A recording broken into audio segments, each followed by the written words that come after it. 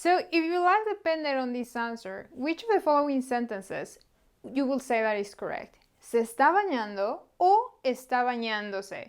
Actually, they're both correct. However, this doesn't mean that you can place pronouns wherever you want. So in this video, I'm going to teach you when you can place pronouns before the verb and when you can place them after the verb. I'm also going to teach you the special cases where you can place pronouns interchangeably. This is where my friend, who I like to call the Pronoun Baby, comes into play. Hi, I'm Daniela Sanchez and I'm here to help you become fluent in Spanish. So stick around in this video because on top of teaching you these rules, I'm also going to give you a quiz to make sure that you understand where to place pronouns, and I'm also going to introduce you to my friend, the Pronoun Baby, and I'm going to give you some cool resources so you can make the most out of this video. So let's start. The rule to place pronouns in Spanish is the verb. You have to pay attention to the verb. We place pronouns before the verb when you have negative imperatives. For example, no le digas. Here is the pronoun. And pay attention because we're placing it before the verb, not before no. Okay? The key is the verb, remember. You're also going to place these pronouns before when working with perfect tenses. Tenses that you are going to build with the verb haber. For example, ay, no me he peinado. Check that again. The pronoun is placed before my verb. And finally, you're also going to place pronouns before conjugated verbs. For example, me gusta la película. Oh, sorry. Nos gusta la película. Let's go to the other rules. You are going to attach, and this is important, you are going to attach that pronoun and that verb. They are going to become one. You are going to attach it when you have affirmative imperatives. For example, cuéntame. Check how they just became a word. You're also going to do this when you have infinitive verbs. For example, conocerte ha sido lo peor.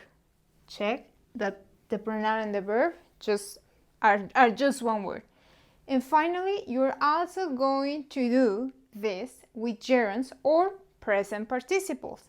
Juan está comiéndose tu galleta. Jesus, Juan. So this is great and everything, but I just told you that these two sentences are correct. So when are you going to place these pronouns interchangeably? So this is when my friend, the Pronoun Baby, comes into play. So as you probably already know, infinitives and gerunds usually work with a conjugated verb. It's almost like these two, the conjugated verb and the gerunds, had a baby together, the Pronoun Baby.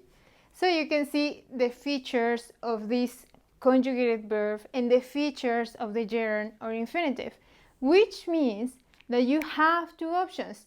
You can either say Juan se está bañando before the verb, meaning that the Pronoun Baby looks more like the father, or you could also say Juan está bañándose, attach it to the gerund or the infinitive, which means that in that case the Pronoun Baby will look more like his mother.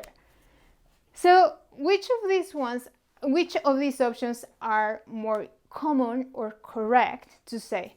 They both are correct. You are going to use whichever you feel more comfortable with, and from a pronunciation perspective, there is a difference. Juan se está bañando versus Juan está bañándose.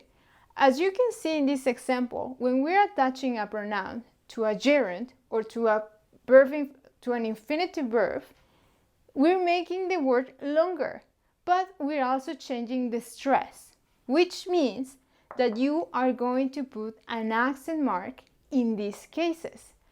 The cool thing about these rules is that they work with the triad of most horrific pronouns in Spanish: reflexives, indirect and direct objects pronouns.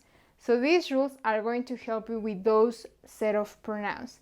So now that you understand when and how to place these pronouns, let me give you a quick quiz.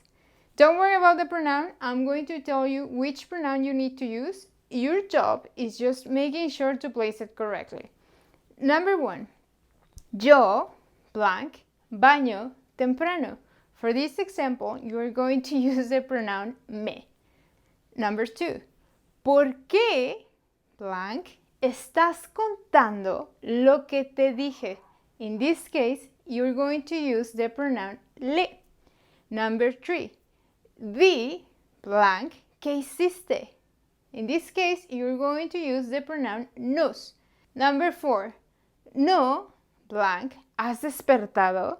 You are going to use the pronoun te.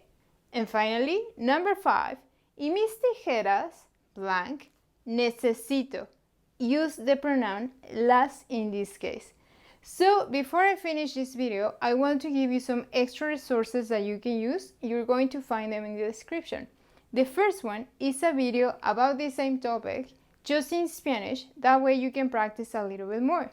The second one is a guide to direct and indirect object pronouns, because as you know, these rules work with those set of pronouns. The third one is a guide to the imperative. The imperative, as you can see, is affected by these rules. So in this guide, I'm going to give you more examples of where to place these pronouns and the accent rules that you need to keep in mind. The next one is a guide to gerunds or present participles. That way you can also check the accent rules that you have to follow for these cases. Anyway, that's it for today. If you like the video, please hit the like button and I hope to see you soon. Bye!